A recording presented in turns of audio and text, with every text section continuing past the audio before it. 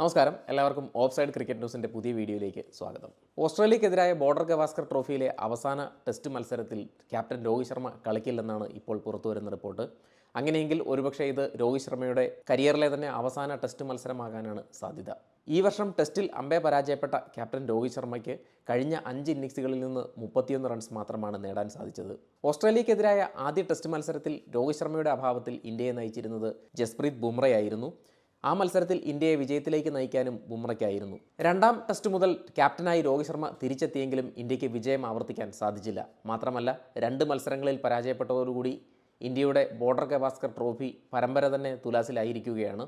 ലോക test ചാമ്പ്യൻഷിപ്പിൻ്റെ ഫൈനലിലേക്കുള്ള Indian പ്രതീക്ഷകളും മങ്ങിയിരിക്കുകയാണ്. അങ്ങനെ 5ാമത്തെ ടെസ്റ്റിൽ വിജയിച്ചാൽ മാത്രമാണ് ഇന്ത്യക്ക് ഇനി ബോർഡർ ഗവാസ്കർ ട്രോഫി സമനിലയിൽ അവസാനിപ്പിക്കാൻ സാധിക്കുകയുള്ളൂ. ആദ്യ മത്സരത്തിൽ ഇന്ത്യയെ വിജയിപ്പിച്ച ജസ്പ്രീത് ബുംറയായിരിക്കും അവസാന ടെസ്റ്റിൽ ഇന്ത്യയെ നയിക്കുക എന്നാണ് ഇപ്പോൾ പുറത്തുവരുന്ന റിപ്പോർട്ടുകൾ.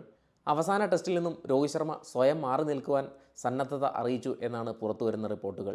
ഫോമിൻ്റെ 7 അയലക്കത്ത് എത്താൻ സാധിക്കാത്ത രോഹിത് ശർമ്മയെ സംബന്ധിച്ചിടത്തോളം ഒരുപക്ഷെ ഇത് അദ്ദേഹത്തിൻ്റെ അവസാന ടെസ്റ്റ് മത്സരമാകാനാണ് സാധ്യത.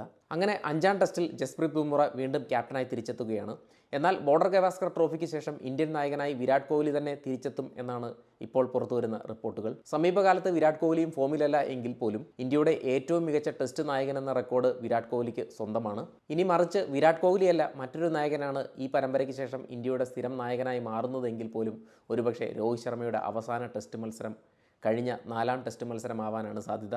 ഏറെ വിമർശനങ്ങൾ ഏറ്റുവാങ്ങിക്കൊണ്ട് പുറത്തേക്ക് പോകുന്ന രോഹിത് ശർമ്മയ്ക്ക് ഇനി മറ്റൊരു ടെസ്റ്റ് മത്സരത്തിൽ ഇന്ത്യൻ ജേഴ്സി അണിയാൻ സാധിക്കുമോ എന്ന കാര്യത്തിൽ സംശയമാണ്. എന്തുതന്നെയായാലും വരാൻ പോകുന്ന ചാമ്പ്യൻസ് ട്രോഫിയിൽ ഇന്ത്യയെ ശക്തമായി നയിച്ചുകൊണ്ട് രോഹിത് ശർമ്മ തിരിച്ചെത്തുമെന്ന് നമുക്ക് പ്രതീക്ഷിക്കാം. 5ാം ടെസ്റ്റ് മത്സരത്തിൽ വിജയിച്ച് ഇന്ത്യക്ക് ബോർഡർ ഗവാസ്കർ ട്രോഫി നിലനിർത്താൻ സാധിക്കും എന്നും പ്രതീക്ഷിക്കാം. ക്രിക്കറ്റ് ലോകത്തെ മറ്റൊരു വിശേഷവുമായി വീണ്ടും കാണാം.